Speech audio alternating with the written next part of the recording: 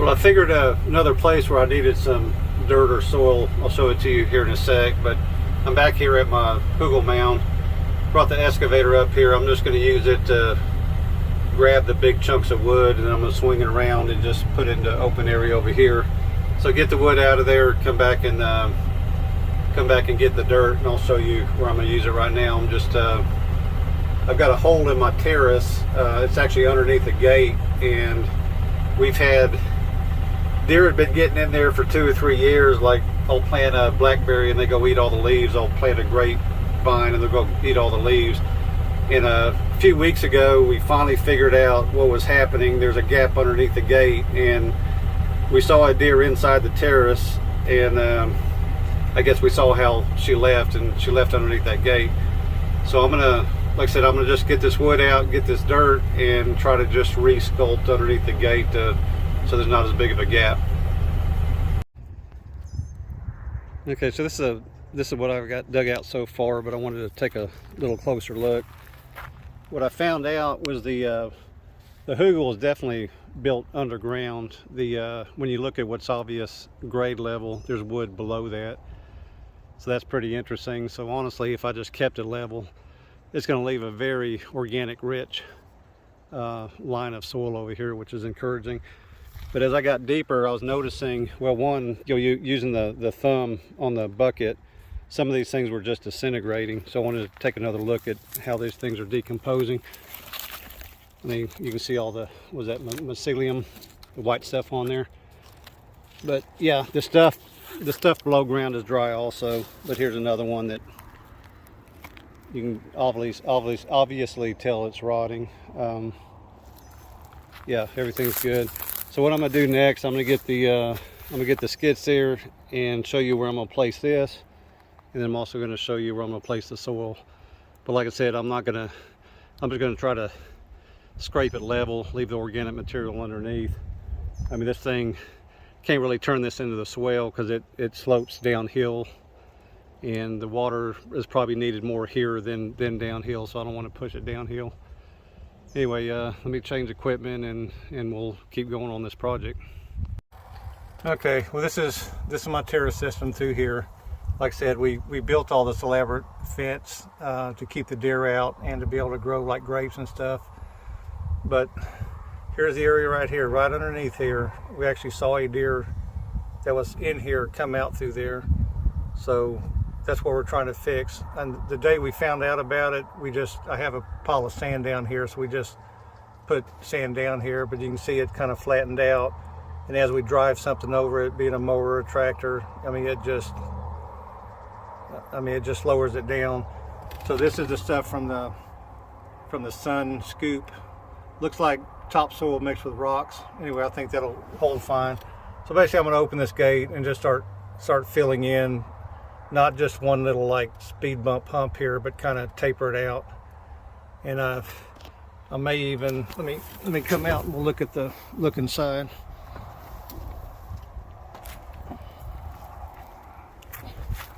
I mean, I can't do a project without thinking about water flow.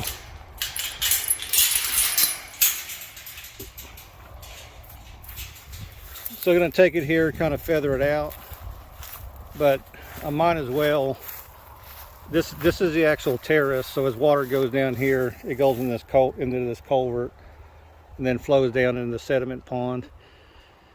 And man, the sediment pond is still holding water. I mean, let me explain that real quick. I've talked about keyed dams, and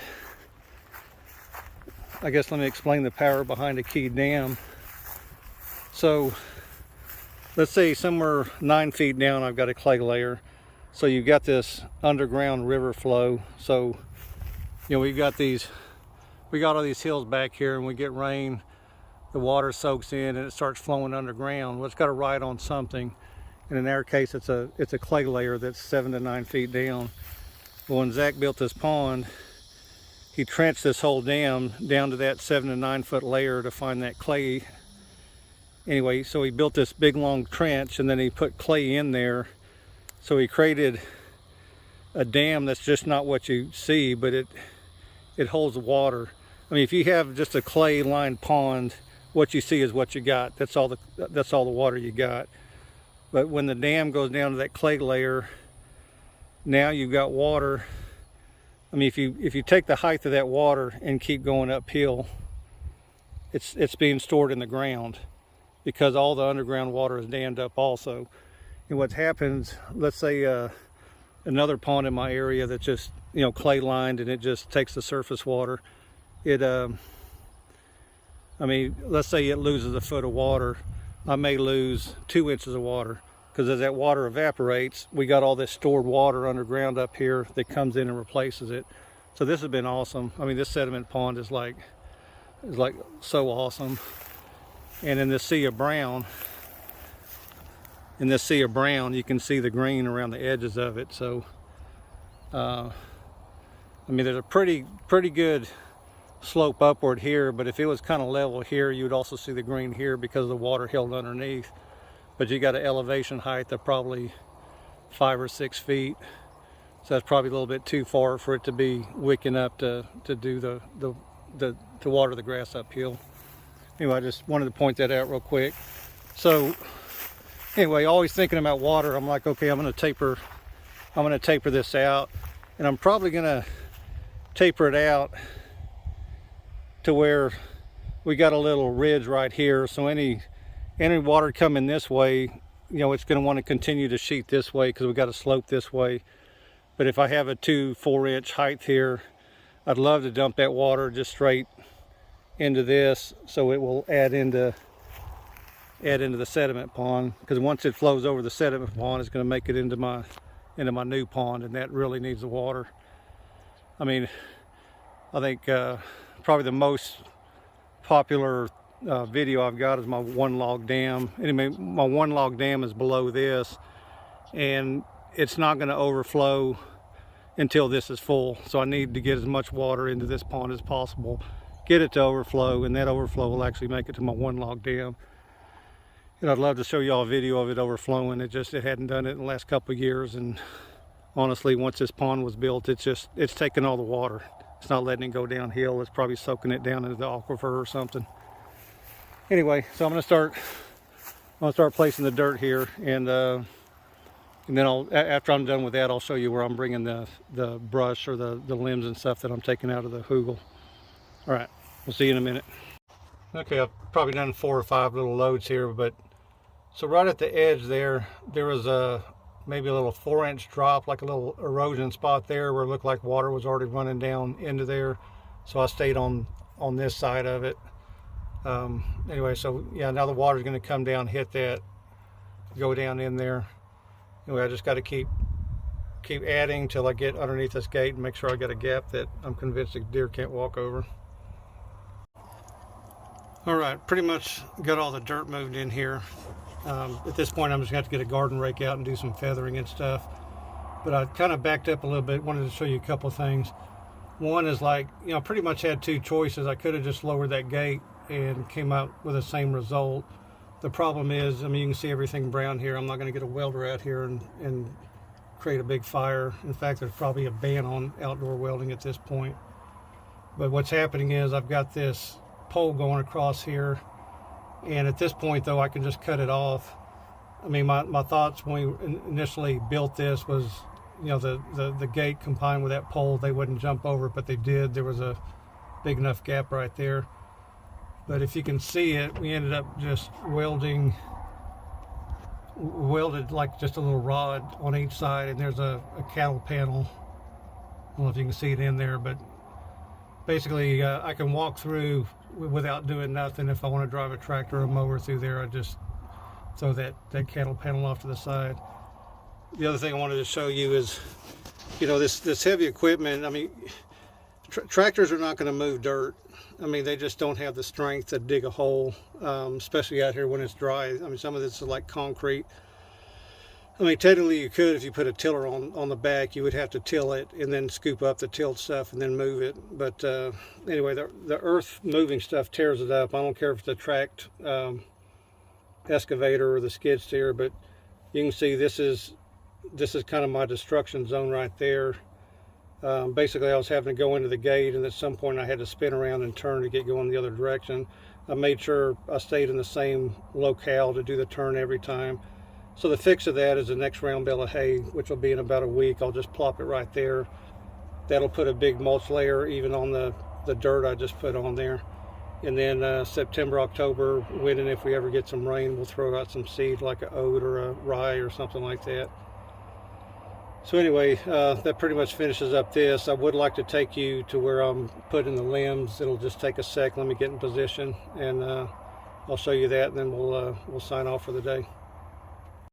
I guess I'll show you the sun scoop real quick. But if you remember, it kind of pointed all the way down here. Anyway, so I took that point off and was just kind of hitting it head on and hitting it from that end. But got a pretty good amount of soil from there. I mean, I don't know how many skid steer buckets, probably 10, I would guess. Anyway, let me get back where I was heading to. So this is the area where I want to bring the brush.